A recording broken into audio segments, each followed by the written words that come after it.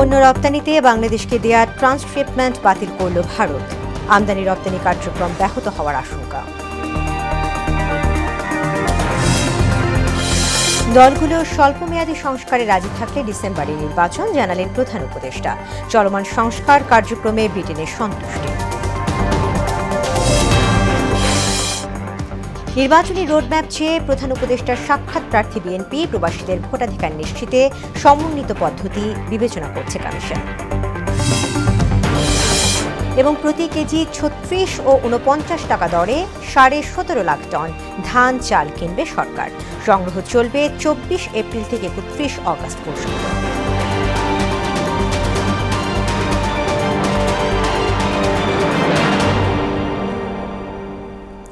আসসালামু আলাইকুম, মোহনা সংবাদে সবাইকে স্বাগত। শুনছিলেন শিরোনাম, সঙ্গে আছি তাসমিয়া জেরিন। এবার বিস্তারিত। ভারতীয় স্থল শুল্ক স্টেশন ব্যবহার করে তৃতীয় দেশে পণ্য রপ্তানিতে বাংলাদেশকে দেয়া ট্রান্সশিপমেন্ট সুবিধা বাতিল করেছে ভারত। ভারতের বিভিন্ন গণমাধ্যম জানায়, গত মাসে চীন সফরকারে বাংলাদেশের প্রধান উপদেষ্টা প্রফেসর ইউনুস 7 সিস্টার নিয়ে যে মন্তব্য করেন, তারই জেরে এমন সিদ্ধান্ত নিয়েছে ভারত। এই সুবিধা প্রত্যাহার করায় বাংলাদেশের রপ্তানি ও আমদানি কার্যক্রম ব্যাহত হবে বলে আশঙ্কা করা হচ্ছে। কাজী শাহরিনের প্রতিবেদন।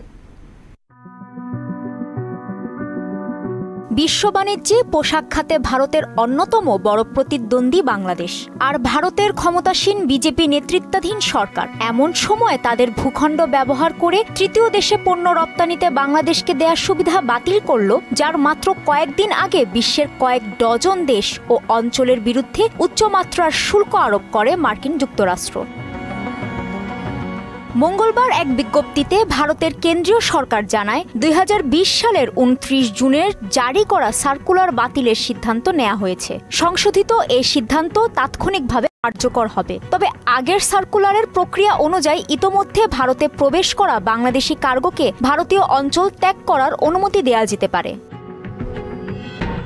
ভারতীয় থিঙ্ক ট্যাঙ্ক প্রতিষ্ঠান global trade research initiative GTRI বলছে, ২০২০ সাল থেকে পাওয়া ট্রান্সশিপমেন্ট সুবিধার ফলে ভুটান, নেপাল এবং মিয়ানমারের মতো দেশে বাংলাদেশের বাণিজ্য প্রবাহ বাধাহীন ছিল।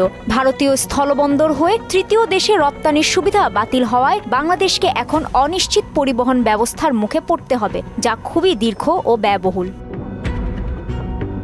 এই সিদ্ধান্ত ভারতের বিশ্ব বাণিজ্য সংস্থা সংক্রান্ত দায়বদ্ধতা নিয়েও প্রশ্ন তুলতে পারে। বিশ্ব বাণিজ্য সংস্থার সাধারণ শুল্ক ও বাণিজ্য চুক্তির ৫ নম্বর অনুচ্ছেদ অনুযায়ী সব সদস্য দেশকে স্থলবেষ্টিত দেশের পণ্যের জন্য মুক্ত ট্রানজিট সুবিধা দিতে হবে। নতুন সিদ্ধান্তের ফলে নেপাল ও ভুটানের মতো স্থলবেষ্টিত দেশগুলোর জন্য বাংলাদেশ হয়ে আন্তর্জাতিক বাণিজ্যে বাধা সৃষ্টির শঙ্কা রয়েছে। দ্য ইন্ডিয়ান এক্সপ্রেস সহ ভারতের বিভিন্ন গণমাধ্যম বলছে, গত মাসে চীন সফরকালে বাংলাদেশের প্রধান উপদেষ্টা প্রফেসর ইউনুস 7 সিস্টার্স নিয়ে যে মন্তব্য করেন, তারই জেরে এমন সিদ্ধান্ত নিয়েছে ভারত। চীন সফরকালে প্রধান উপদেষ্টা বলেন, ভারতের উত্তর পূর্বাঞ্চলের রাজ্যসমূহ স্থলবেষ্টিত আর ওই অঞ্চলের সমুদ্র অঞ্চলে একমাত্র বাংলাদেশের অধিকার রয়েছে। 7 states of India, eastern part of India, called 7 sisters. They are landlocked country, landlocked region of India. They have no way to reach out to the ocean. We are the only guardian of the ocean for all this region. উল্লেখ্য, ভারতের উত্তর পূর্বাঞ্চলীয় ৮ রাজ্য আসাম, অরুণাচল, মণিপুর, মেঘালয়, নাগাল্যান্ড, মিজোরাম, ত্রিপুরা ও সিকিমের সঙ্গে বাংলাদেশের ১,৫৯৬ kilometre সীমান্ত রয়েছে। এসব রাজ্যে ভারতের মূল ভূখণ্ডের সঙ্গে যুক্ত মাত্র ২২ কিলোমিটার প্রশস্ত চিকেন নেক করিডোরের মাধ্যমে। কাজী শাহরিন, মোহনা সংবাদ। রাজনৈতিক দলগুলো স্বল্পমেয়াদী সংস্কারে রাজি থাকলে ডিসেম্বর আর দীর্ঘমেয়াদী সংস্কার চাইলে আসছে বছরের জুনে নির্বাচন অনুষ্ঠিত হবে বলে জানালেন প্রধান উপদেষ্টা ডক্টর মোহাম্মদ ইউনুস। তিনি বলেন, জাতি একটি রূপান্তরকালীন সময় পার করছে, তাই এখন সরকারের প্রধান লক্ষ্য প্রতিষ্ঠান পুনর্গঠন ও অগ্রাধিকার পুনর্নির্ধারণ। রাষ্ট্রীয় অতিথি ভবন যমুনায় ব্রিটিশ বাণিজ্য দূত ব্যারনেস রোজি ওয়েন্টারটনের সঙ্গে বৈঠকে তিনি এসব কথা বলেন। এতে ব্যারনেস ওয়েন্টারটন বলেন, বাংলাদেশের চলমান সংস্কার কার্যক্রমের দিক নির্দেশনায় তার দেশ সন্তুষ্ট। বৈঠকে দ্বিপাক্ষিক সম্পর্ক আরও গভীর করার অঙ্গীকার পুনর্ব্যক্ত করেন তারা। এর আগে বাংলাদেশে বিনিয়োগের অফুরন্ত সম্ভাবনার কথা উল্লেখ করে এই সুযোগ কাজে লাগাতে বিদেশি বিনিয়োগকারীদের আহ্বান জানান প্রধান উপদেষ্টা। রাজধানীতে বিনিয়োগ সম্মেলনের তৃতীয় দিনে বিশ্বকে বদলে দিতে ব্যবসা সবচেয়ে শক্তিশালী কাঠামো বলেও মন্তব্য করে এসব কথা বলেন তিনি। আরও জানাচ্ছেন উষা ফেরদৌস। দেশে পরীক্ষামূলকভাবে যাত্রা শুরু করলো মার্কিন ধনকুবের ইলন মাস্কের স্পেস এক্সের সহযোগী ইন্টারনেট সেবাদানকারী প্রতিষ্ঠান স্টারলিংক। বুধবার প্রতিষ্ঠানটি যাত্রা শুরু হয়। বিনিয়োগ সম্মেলনের ভেন্যু ইন্টারকন্টিনেন্টাল হোটেলে স্টারলিংকের পরীক্ষামূলক ইন্টারনেট সেবা ব্যবহার করা হচ্ছে। 7 এপ্রিল থেকে শুরু হয় এ সম্মেলন। বুধবার সম্মেলনে যোগ দেন প্রধান উপদেষ্টা ডক্টর মোহাম্মদ ইউনুস। বক্তব্যে প্রধান উপদেষ্টা বলেন, বিশ্বকে বদলে দেওয়ার মতো দুর্দান্ত সব ধারণা বাংলাদেশের আছে, এখানে বিনিয়োগের সুযোগও আছে। Business in Bangladesh is not only for Bangladesh, that's the point. It could be for the whole world. In that sense, Bangladesh ground is very fertile. You put a little bit of seed, it becomes global. I wish I could tell all the stories that happen in Bangladesh, but I get very tempted, but they're all here. Talk to them, find out. And we welcome you to join us with that mission, creating a new world for the whole world. জানান, তরুণ প্রজন্ম সম্মিলিতভাবে পৃথিবী বদলে দেবে, আর তার জন্য ব্যবসা হলো সবচেয়ে শক্তিশালী মাধ্যম। Together, those young generation will change the world. They have the technology, they have the creativity, innovativeness, and problem-solving ideas. We don't have to look at the problem the same old way that we did 50 years back, waiting for the government to do something. We people can do that. That's a chance. এর আগে প্রধান উপদেষ্টা বিনিয়োগে অবদান রাখার জন্য 4 ক্যাটাগরিতে বিভিন্ন প্রতিষ্ঠানকে পুরস্কার তুলে দেন। পুরস্কার প্রাপ্ত প্রতিষ্ঠানগুলো হলো ওয়ালটন, বিকাশ, স্কয়ার ফার্মাসিউটিক্যালস ও ফেব্রিক্স। এছাড়া বিশেষ ক্যাটাগরিতে কোরিয়ান এক্সপোর্ট প্রসেসিং জোনের চেয়ারম্যান কিহাক সাংকে সম্মানসূচক নাগরিকত্ব দেয়া হয়। উষা ফেরদৌস, মোহনা সংবাদ, ঢাকা। জুলাই আগস্ট গণ অভ্যুত্থানে আবু সাইদ হত্যায় শেখ হাসিনা সহ 26 জনের জড়িত থাকার প্রাথমিক প্রমাণ মিলেছে বলে জানিয়েছেন আন্তর্জাতিক অপরাধ ট্রাইব্যুনালের প্রসিকিউটর মিজানুল ইসলাম। এছাড়া রাজধানী কল্যাণপুরের জাহাজবাড়িতে জঙ্গি সাজিয়ে 9 জনকে হত্যার ঘটনায় সাবেক আইজিপি শহীদুল হক, ডিএমপি কমিশনার আসাদুজ্জামান মিয়া সহ 3 পুলিশ কর্মকর্তাকে জিজ্ঞাসাবাদের অনুমতি দিয়েছেন ট্রাইব্যুনাল। আরও জানাচ্ছেন কাজী পাপ্পু। জুলাই আন্দোলনের প্রতীক হয়ে রয়েছে যে ছবি, তার নাম আবু সাইদ। কোটা আন্দোলনে দ্বিগুণ শক্তি এনে দেয় বুলেটের বুকে আবু সাইদের বুক চিতিয়ে দাঁড়িয়ে থাকা। সেদিন আবু সাইদ মারা গেলেও শেখ হাসিনার পতন ত্বরান্বিত করে যান। আবু সাইদ হত্যার বিচার চেয়ে 13 জানুয়ারি আন্তর্জাতিক অপরাধ ট্রাইব্যুনালে অভিযোগ করে পরিবারের সদস্যরা। সেই তদন্ত একেবারে শেষ পর্যায়ে বলে ট্রাইব্যুনালকে জানায় প্রসিকিউশন। আবু সাইদের হত্যাকাণ্ডের সাথে যারা জড়িত তাদের 4 জনকে ট্রাইব্যুনালে হাজির করা হয়েছিল। এই মামলায় গ্রেপ্তার দেখিয়ে জেল হাজতে প্রেরণ করেছে এবং আমরা 2 মাস সময় চেয়েছিলাম। 2 মাস সময় মঞ্জুর হয়েছে তদন্ত রিপোর্ট দাখিল করার জন্য। 26 জনের বিরুদ্ধে প্রাথমিকভাবে এখন পর্যন্ত আমরা অভিযোগ পেয়েছি। আমাদের তদন্ত প্রায় শেষ পর্যায়ে। আশা করছি আমরা পরবর্তী ধার্য তারিখে রিপোর্টটা দাখিল করতে পারবো। আমি বলেছি 26 জন। আমি কি বলেছি কোথাও যে শেখ হাসিনাকে আসামি করা হয় না? হয়েছেও বলি নাই, হয় নাইও বলি নাই। ট্রাইব্যুনালে এদিন কল্যাণপুরের জাহাজবাড়িতে জঙ্গি সাজিয়ে 9 জনকে হত্যার ঘটনায় সাবেক আইজিপি শহীদুল হক, ডিএমপি কমিশনার আসাদুজ্জামান মিয়া ও পুলিশ কর্মকর্তা জসিমউদ্দিন মোল্লাকে একদিনের জিজ্ঞাসাবাদের অনুমতি দেন। জঙ্গি নাটক সাজানোর যে ঘটনা ঢাকায় ঘটেছে, বিভিন্ন দেশে ঘটেছে, সেই মামলায় গ্রেপ্তারকৃত আসামি একেএম শহীদুল হক সাবেক আইজিপি, মোহাম্মদ আসাদুজ্জামান মিয়া সাবেক ডিএমপি কমিশনার এবং জসিমউদ্দিন সাবেক ডিসি মিরপুর, এদেরকে আমরা ইন্টারোগেশনের জন্য আবেদন করেছিলাম। অনারেবল ট্রাইব্যুনাল আমাদের আবেদন মঞ্জুর করেছে। জঙ্গি আস্তানা সন্দেহে 2016 সালের 26 জুলাই কল্যাণপুর বাস স্ট্যান্ড সংলগ্ন জাহাজ বিল্ডিং নামের একটি বাসায় অভিযান চালিয়ে 9 জনকে হত্যা করে আইন শৃঙ্খলা রক্ষাকারী বাহিনী। কাজী পাপ্পু, মোহনা সংবাদ, ঢাকা। নির্বাচনী রোডম্যাপ সহ বিভিন্ন ইস্যুতে প্রধান উপদেষ্টা প্রফেসর মোহাম্মদ ইউনূসের সঙ্গে সাক্ষাতের সময় চেয়েছে বিএনপি। সমসাময়িক ইস্যুতে গুলশানে গণমাধ্যমের সঙ্গে আলাপে একথা জানান দলের স্থায়ী কমিটির সদস্য সালাউদ্দিন আহমেদ। এদিকে জাতীয় প্রেসক্লাবের সামনে এক কর্মসূচিতে গাজায় গণহত্যা বন্ধে বিশ্ব মুসলিমদের ঐক্যবদ্ধ হওয়ার আহ্বান জানিয়েছেন দলের যুগ্ম মহাসচিব শহীদুদ্দিন চৌধুরী অ্যানি। হুমায়ুন কবিরের প্রতিবেদন জানাচ্ছেন মুদাসির আলী। রাজধানীর গুলশানে বিএনপির চেয়ারপারসনের রাজনৈতিক কার্যালয়ে সমসাময়িক ইস্যুতে গণমাধ্যমের মুখোমুখি হন দলের স্থায়ী কমিটির সদস্য সালাউদ্দিন আহমেদ। আমরা মাননীয় প্রধান উপদেষ্টার সাথে সাক্ষাতের জন্য সময় চেয়েছি, ওনার সাথে সাক্ষাতের পরেই এই বিষয়ে আমরা কথা বলব। প্রধান উপদেষ্টা প্রফেসর মোহাম্মদ ইউনূস ও ভারতের প্রধানমন্ত্রী নরেন্দ্র মোদীর বৈঠককে স্বাগত জানিয়ে তিনি বলেন, দুজনের আলোচনায় জন আকাঙ্ক্ষার প্রতিফলন ঘটেছে। আমরা ওনার ভিজিটকে স্বাগত জানিয়েছি। উনি যে সমস্ত প্রসঙ্গে কথা বলেছেন ভারতের মাননীয় প্রধানমন্ত্রীর সাথে, সেগুলো যথাযথ বলে আমরা মনে করি। নির্বাচনে সুনির্দিষ্ট রোডম্যাপ সহ প্রধান উপদেষ্টার কাছে সময় চাওয়া হয়েছে জানিয়ে তিনি বলেন, বৈঠকের পরই পরবর্তী সিদ্ধান্ত নেবে বিএনপি। আমরা মাননীয় প্রধান উপদেষ্টার কাছে সুনির্দিষ্টভাবে আগামী জাতীয় সংসদ নির্বাচনের জন্য ডিসেম্বরের আগে একটা রোডম্যাপ অবশ্যই আমরা চাইব, যাতে উনি ক্লিয়ারলি জাতির সামনে যথাযথ প্রক্রিয়ায় উপস্থাপন করেন। এদিকে জাতীয় প্রেস ক্লাবের সামনে ওলামা দলের বিক্ষোভ সমাবেশে যোগ দেন দলের যুগ্ম মহাসচিব শহীদুদ্দিন চৌধুরী অ্যানি। গাজায় ইসরায়েলি বর্বরতার নিন্দা জানিয়ে তিনি বলেন, বিশ্ব সভ্যতা এক হলে যে কোনো ফ্যাসিস্ট নির্মূল করা সম্ভব। যেভাবে আমরা বাংলাদেশের মানুষ ফ্যাসিস্টের বিরুদ্ধে লড়াই সংগ্রামকে অবতীর্ণ হয়ে বাংলাদেশের গণতান্ত্রিক ধারাকে অব্যাহত রেখেছি, এইভাবে গোটা দুনিয়ায় সবাই যদি জুলুমের বিরুদ্ধে, অত্যাচারের বিরুদ্ধে, নির্যাতনের বিরুদ্ধে, গণহত্যার বিরুদ্ধে আমরা প্রতিবাদকে জাগরিত করি, আমার বিশ্বাস এই পৃথিবীতে মুসলমান যে একটা শক্তি, এই শক্তি প্রমাণ করে দিবে। গাজায় গণহত্যা বন্ধে জাতিসংঘকে জোরালো ভূমিকা রাখার আহ্বানও জানান শহীদ চৌধুরী অ্যানি। সবাই মিলে এক বাক্যে একযোগে প্রতিবাদকে আরো কড়া করতে হবে। মুদাসির আলী, মোহনা সংবাদ, ঢাকা। প্রবাসীদের ভোটাধিকার নিশ্চিতে কমিশন অনলাইন প্রক্সি ও পোস্টাল ব্যালটের সমন্বয় একটি পদ্ধতি বিবেচনা করছে বলে জানিয়েছেন নির্বাচন কমিশনার আবুল ফজল মোহাম্মদ সানাউল্লাহ। বুধবার নির্বাচন কমিশন সচিবালয়ে এক ব্রিফিংয়ে তিনি একথা জানান। বলেন, বিশেষজ্ঞদের নিয়ে গঠন করা হয়েছে উপদেষ্টা কমিটি। আগামী 12 দিনের মধ্যে সুপারিশ জমা দেবেন তারা।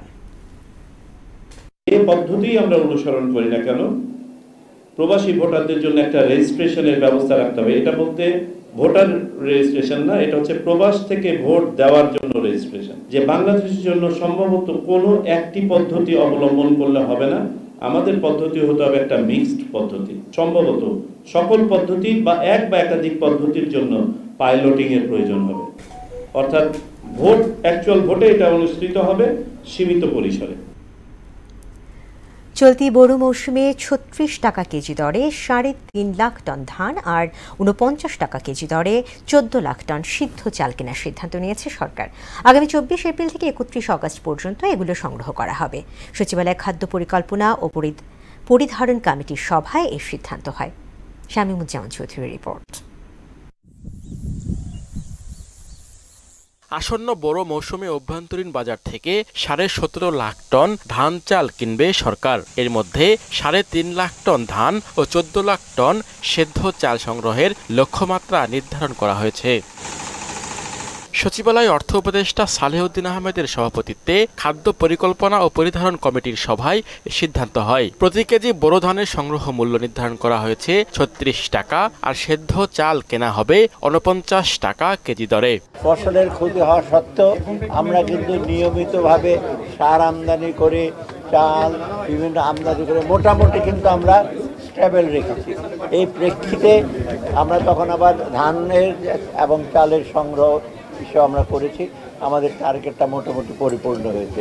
অর্থ উপদেষ্টা বলেন, সরকারের ধান চাল সংগ্রহের পরিকল্পনা বাস্তবায়িত হতে চলেছে। ধান প্রতি কেজি 36 টাকা স্যার তো বললেন, আর চাল প্রতি কেজি 49 টাকা, আর গম প্রতি কেজি 36 টাকা।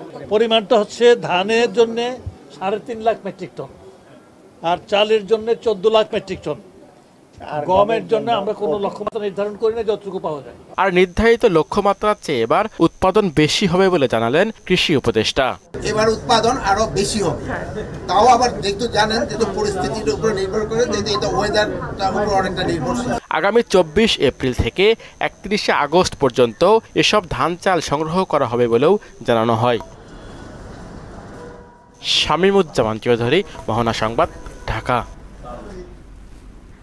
অতীতের যে কোনো সময়ের চেয়ে পাহাড়ি সমতল বর্তমানে ভালো বলে জানালেন পার্বত্য চট্টগ্রাম বিষয়ক উপদেষ্টা সুপ্রদীপ চাকমা। রাজধানীর শাক্যমুনি বৌদ্ধ বিহারে প্রথমবারের মতো 3 দিনব্যাপী বিজু মেলা উদ্বোধনকালে তিনি আরও বলেন, পাহাড় সমতলের সাংস্কৃতিক মেলবন্ধনে এবার রাজধানীতে অনুষ্ঠিত হচ্ছে বৈশাখী উৎসব। আরও জানাচ্ছেন ওবায়দুল হক মারুফ। পার্বত্য অঞ্চলে বসবাসরত ক্ষুদ্র নৃগোষ্ঠীর প্রধানতম সামাজিক উৎসব বৈশাখী। খাগড়াছড়ি জেলার প্রধান 3 নৃগোষ্ঠী ত্রিপুরা সম্প্রদায় বৈশু, মারমা সম্প্রদায় সাংরাই এবং চাকমা সম্প্রদায় বিজু নামে এই অনুষ্ঠান পালন করে। এতে বিভিন্ন পাড়া মহল্লার ঐতিহ্যবাহী খাবার, খেলাধুলা ও সাংস্কৃতিক পরিবেশনার আয়োজন থাকে। পাহাড়ি এ সংস্কৃতি সমতলে ছড়িয়ে দিতে এবার রাজধানীর মিরপুরে শাক্যমুনি বৌদ্ধবিহারেও থাকছে এ আয়োজন। পাহাড়ে নিয়মিত বিভিন্ন নৃগোষ্ঠীর বিজু উৎসব হলেও এবার সমতলে এই আয়োজন ছড়িয়ে পড়ায় উচ্ছ্বাসিত আয়োজকরা। পার্বত্য অঞ্চল থেকে আমাদের চাকমা থামি, মণিপুরীদের থামি, তারপরে মারমাদের থামি আছে। পাহাড়ে যেগুলো বিজু মেলা হয়, ওই কারণে আমরা সমতলে এগুলো দেখার জন্য বাঙালি ভাইদের জন্য করতেছি। চাকমাদের ঐতিহ্যবাহী ড্রেস নিজেরা বুনন করে তৈরি করে এটা আমরা বিক্রি করতেছি। পাহাড়ি সংস্কৃতির এ নান্দনিক আয়োজনে দর্শনার্থীরা জানালেন তাদের অনুভূতি। নববর্ষের উপলক্ষে যে একটা মেলা হবে, ওই উপলক্ষে আমরা এখানে একটা মেলার আয়োজন করেছি। ধর্মের যে ভেদাভেদটা আছে সেটা সবাই ভুলে সবকিছু সবাই একসাথে চলতেছে, এটা খুব ভালো লাগে আমার কাছে। সমতলে পাহাড়ের ঐতিহ্যবাহী উৎসব ছড়িয়ে দেওয়ার মাধ্যমে সম্প্রীতি ও সাংস্কৃতিক মেলবন্ধন দৃঢ় হবে বলে জানান পার্বত্য চট্টগ্রাম বিষয়ক উপদেষ্টা। আমরা নিজেদেরকে এক্সপোজ করতেছি বৃহত্তর জাতিগোষ্ঠীর কাছে, এবং বাংলাদেশে যে ডাইভার্সিটিটা আছে এই ডাইভার্সিটিটা আপনাদের কাছে তুলে ধরা, বিশ্ববাসীদের কাছে তুলে ধরা খুবই জরুরি হয়েছে। খাগড়াছড়িতে অনুষ্ঠিতব্য ঐতিহ্যবাহী এ উৎসবে সকলকে আমন্ত্রণ জানান তিনি। পাহাড়ি অঞ্চলের 10টি ভাষায় 11টি জনগোষ্ঠীর এই সাংস্কৃতিক উৎসব পাহাড় থেকে সমতলে ছড়িয়ে পড়েছে। ক্রমান্বয়ে সেই উৎসব আরও অগ্রসর হোক এবং সকলেই মিলেমিশে এই উৎসবে অংশগ্রহণ করুক, এমনটাই প্রত্যাশা করছে আজকে এই মেলায় আগত দর্শনার্থীরা। ওবায়দুল হক মারুফ, মোহনা সংবাদ, ঢাকা। ঈদ উল ফিতরে ঘরমুখো মানুষের যাতায়াতে 315টি সড়ক দুর্ঘটনায় 322 জন নিহত এবং 826 জন আহত হয়েছে। সকালে ঢাকা রিপোর্টার্স ইউনিটিতে এক সংবাদ সম্মেলনে তথ্য জানান বাংলাদেশ যাত্রী কল্যাণ সমিতির মহাসচিব মোজাম্মেল হক চৌধুরী। একই সময় রেলপথে 21টি দুর্ঘটনায় 20 জন নিহত এবং 8 জন আহত এবং নৌপথে 4টি দুর্ঘটনায় 10 জনের মৃত্যু হয়। সড়ক, রেল ও নৌপথে সর্বমোট 340টি দুর্ঘটনায় 352 জনের প্রাণহানি ঘটে। এ সময় আহত হয় 835 জন। মোজাম্মেল চৌধুরী জানান, আগের বছরের তুলনায় ঈদের সড়ক দুর্ঘটনা গড়ে কমেছে 40%। 24 মার্চ থেকে ঈদ শেষে কর্মস্থলে ফেরা 7 এপ্রিল পর্যন্ত গত 15 দিনে 315টি সড়ক দুর্ঘটনায় 322 জন নিহত হয়েছে এবং 826 জন আহত হয়েছে। বিগত 2024 সালের ঈদ উল ফিতরে 399টি সড়ক দুর্ঘটনায় 407 জন নিহত হয়েছিল এবং 1398 জন আহত হয়েছিল। বিগত বছরের সাথে তুলনা করলে এবারের ঈদে সড়কে দুর্ঘটনায় 21.05%, প্রাণহানি 20.88%, আহত 40.41% কমেছে। বাংলাদেশের অর্থনীতিতে প্রভাবশালী বিনিয়োগের স্বীকৃতি হিসেবে এক্সেলেন্স ইন ইনভেস্টমেন্ট অ্যাওয়ার্ড 2025 অর্জন করেছে টেক জায়ান্ট ওয়ালটন। বিডা আয়োজিত বাংলাদেশের বিনিয়োগ সম্মেলন 2025-এর ESG ক্যাটাগরিতে এই সম্মাননা পায় প্রতিষ্ঠানটি। রাজধানীর ইন্টারকন্টিনেন্টালে আয়োজিত অনুষ্ঠানে পুরস্কার গ্রহণ করেন ওয়ালটনের MD SM মাহবুবুল আলম। তিনি বলেন, টেকসই প্রবৃদ্ধি, কর্মসংস্থান এবং পরিবেশ বান্ধব প্রযুক্তিতে বিনিয়োগে ওয়ালটনের অঙ্গীকার অব্যাহত থাকবে। দেশের বাইরে খবর। চীনের উত্তরাঞ্চলীয় হেবেই প্রদেশে চেংদে শহরের একটি নার্সিংহোমে অগ্নিকাণ্ডে নিহত হয়েছে অন্তত 20 জন, আহত হয়েছে অনেকে। সংবাদ সংস্থা সিনহুয়ার তথ্য মতে বুধবার রাতে এই অগ্নিকাণ্ডের সূত্রপাত নিয়ে তদন্ত চলছে। এদিকে ক্যারিবিয়ান অঞ্চলের দেশ ডোমিনিকান রিপাবলিকের নাইট ক্লাবের ছাদ ধসে মৃতের সংখ্যা 98-এ উন্নীত হয়েছে। নিহতদের মধ্যে দেশটির একজন প্রাদেশিক গভর্নরও রয়েছেন। এছাড়া আহত হয়েছেন আরও 1.5 শতাধিক মানুষ। স্থানীয় সময় মঙ্গলবার ভোরে ভয়াবহ এই দুর্ঘটনা ঘটে।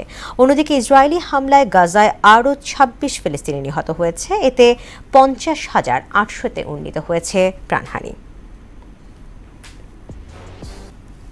শেষ করব মোহনা সংবাদ, যাবার আগে শিরোনামগুলো আরও একবার।